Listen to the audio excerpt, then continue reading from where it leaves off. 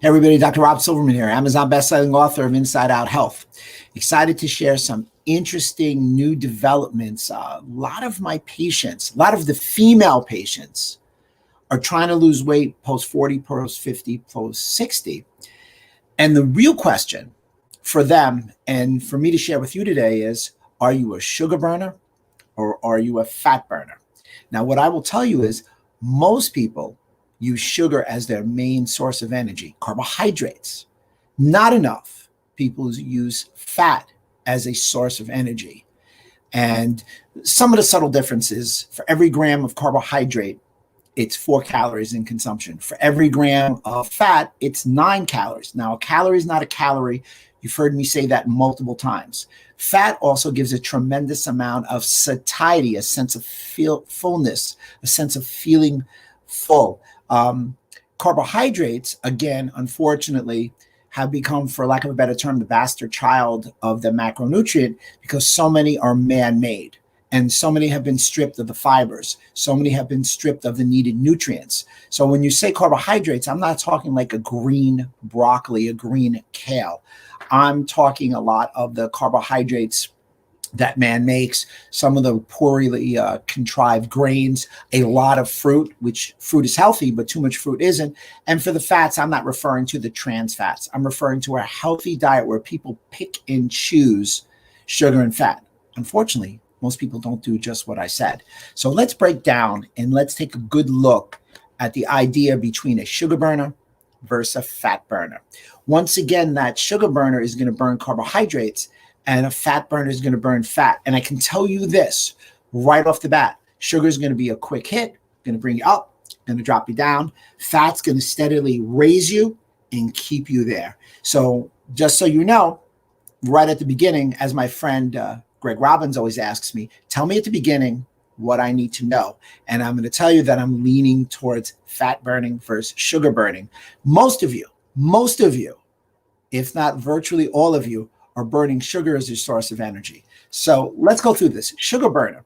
Obviously, once again, you're going to consume carbohydrates.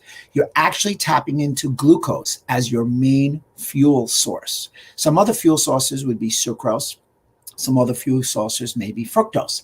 It is a very efficient way to get very fast energy for 20 minutes. The problem with it is that you're frequently going to be hungry because you're going to do this. Your blood sugar is going to do this. You're not going to do this with blood sugar. You're going to be, as I've heard all the younger kids come in, you're going to be hangry because when your blood sugar goes up, you're going to get happy. And when it drops, you're going to get hungry. You're going to get annoyed. There are going to be significant drops, multiple drops during the day, sometimes within an hour, drops of your energy levels. You're also going to struggle if you wanted to lose weight. Remember, I prefaced it by talking about women from 40 to 60. I'm going to share some interesting statistics about them. You're going to struggle more with fat loss, and you're going to still have weight gain because of the carbohydrates. Because if you eat a lot of carbohydrates, you're going to have a high insulin level. Insulin is a fat storing hormone. This insulin leads to more oxidative stress and higher levels of inflammation. So one of the first things I do with people is I try and decrease their carbohydrates, certainly their man-made carbohydrate consumption, carbohydrates that are high on the glycemic index, certainly on the glycemic load. So glycemic index is how quickly you pump up your blood sugar. Glycemic index is your blood sugar times the amount that you're eating. So I'm more of a glycemic load individual.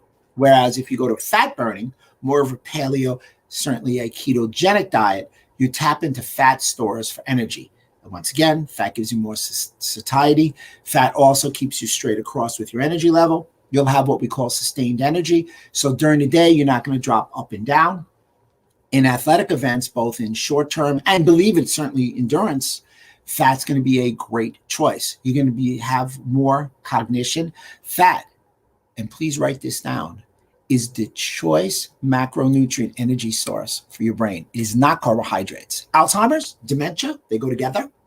Type 3 diabetes is Alzheimer's. So obviously sugar is damaging to the brain. Fat is enriching with energy. You're not going to get hangry. All those people, I'm hangry, I'm always hungry. Well, one, it could be a problem with your gut. Number two, you're not consuming the proper amounts of fat or good quality fats sans your trans fats, your donuts, your French fries, and the like. If you want to lose weight, you're going to have an easier time losing weight by having a larger consumption of fat versus carbohydrates. You'll get better sleep. And believe it or not, studies are coming in at a precipitous rate that you'll age better. So let me give you some factoids. Let me see if we have any questions. Stat number one, it was pointed towards women today. More than half of women between the ages of 40 and 50 are now obese. 2/3 of women between the ages of 40 and 50 are overweight. So women have this proverbial body composition weight issue that they need to address. And a lot of them seem driven more towards the carbs versus the fat.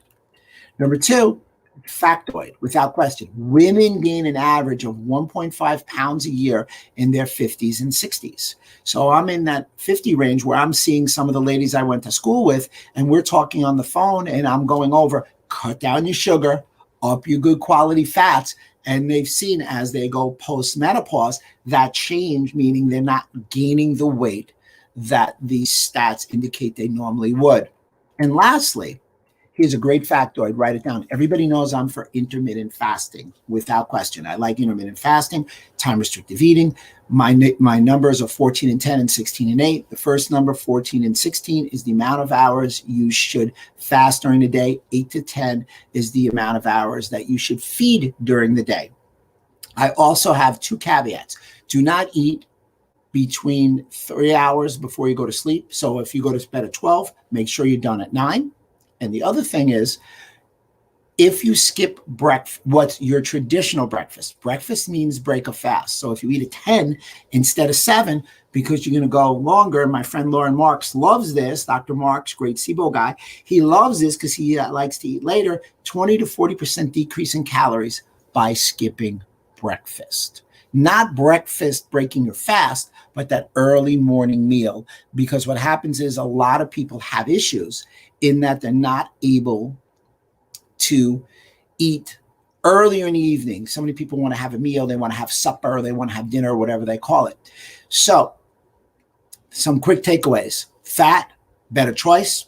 Carbohydrates, I encapsulate the carbohydrates real simply as Jacqueline said, if man makes it, I won't eat it. Good quality fats, no trans fats, no French fries. Good fats, avocado, olive oil, olives, coconut.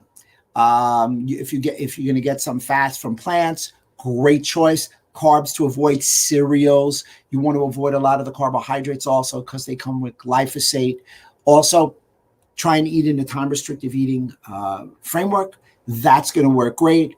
Remember, women, this was pointed at women between the ages of 40 and 60, especially 50 to 60, really have a tremendous issue with their weight because of change in hormones and the poor choices of their macronutrients. So ladies, everybody, please switch to fat, avoid your carbohydrates, look at the ketogenic diet, look at the Mediterranean diet, look at whole foods, minimize your sugar. If you guys have any questions, feel free to reach out.